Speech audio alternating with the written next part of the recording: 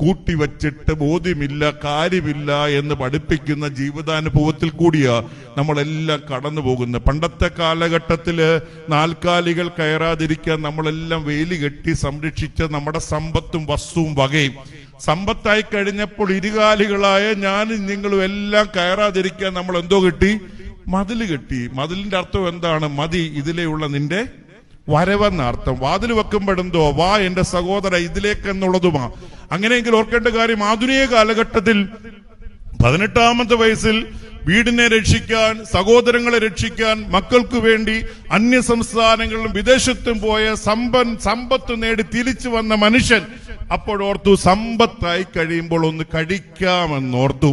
പക്ഷെ സമ്പത്തായി കഴിഞ്ഞപ്പോൾ കയ്യിൽ പണമുണ്ട്, പക്ഷെ കഴിക്കാൻ യോഗമില്ല. മനസ്സിലാക്കുന്നു എന്താണെന്നറിയാമോ?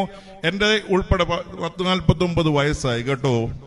ഒരു 1/4 ഗ്ലാസ് അല്ലെങ്കിൽ 1/4 സ്പൂൺ പഞ്ചാരയിട്ട് കുടിക്കാനുള്ള സ്വാതന്ത്ര്യം, ഇഷ്ടം ഇവിടെ ഇരിക്കുന്ന ഭൂരിഭാഗം പേർക്കും ഇല്ല. മനസ്സിലാകുന്നു? കയ്യിൽ പണമുണ്ട്, ഇഷ്ടമുള്ള ആഹാരം ഇഷ്ടം പോലെ കഴിക്കാൻ പറ്റുന്നില്ല. ഇതിനേക്കാളും വലിയ ദയനീയ അവസ്ഥയുണ്ടോ? ഓടിയതെല്ലാം എന്തിനായിരുന്നു?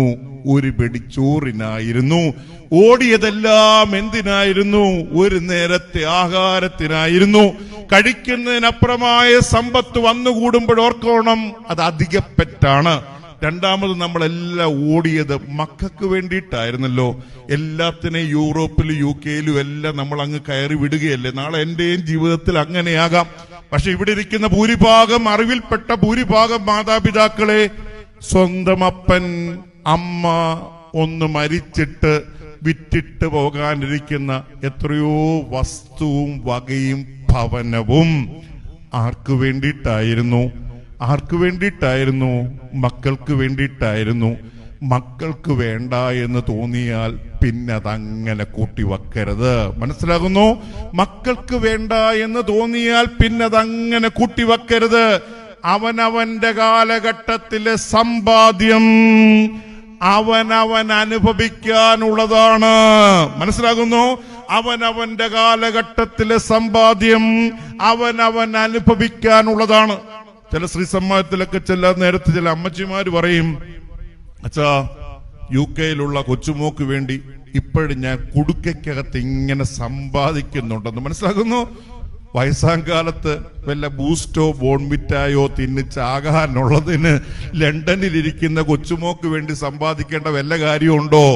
മാതാപിതാക്കളെ, മക്കളെ വളർത്തുന്നതിന് കണക്കില്ല. പക്ഷെ തിരിച്ച് മക്കൾ തരുന്നതിന് എന്തുണ്ട്?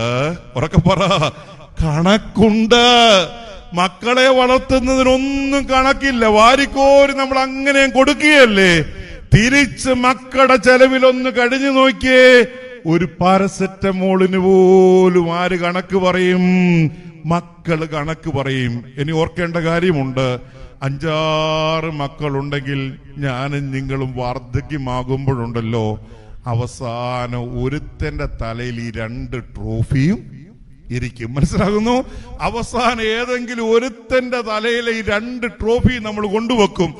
ആരുടെ തലയിൽ നമ്മൾ ഈ 2 ട്രോഫിയും കൊണ്ടുവച്ചോ, പിന്നെ ആ വഴിക്ക് ഒരു മക്കളും പോകത്തില്ല.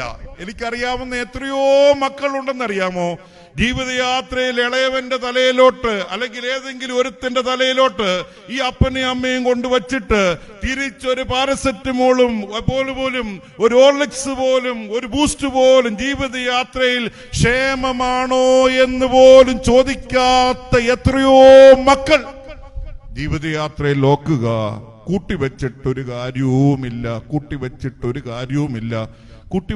കാര്യവുമില്ല എന്ന് പഠിപ്പിച്ചതാണല്ലോ ഒരു കൊറോണയുടെ ജീവിതാനുഭവം.